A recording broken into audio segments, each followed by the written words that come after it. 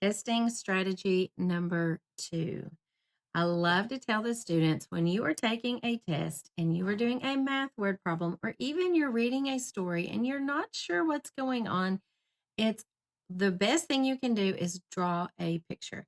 So there's a lot of information, a lot of things going on. So draw every little part that you can and see if it shows, maybe it's showing equal groups.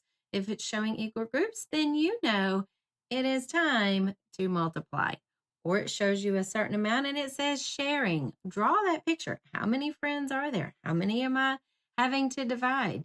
Maybe it's different groups of different numbers and you know they're not equal groups, so I'm going to have to add here.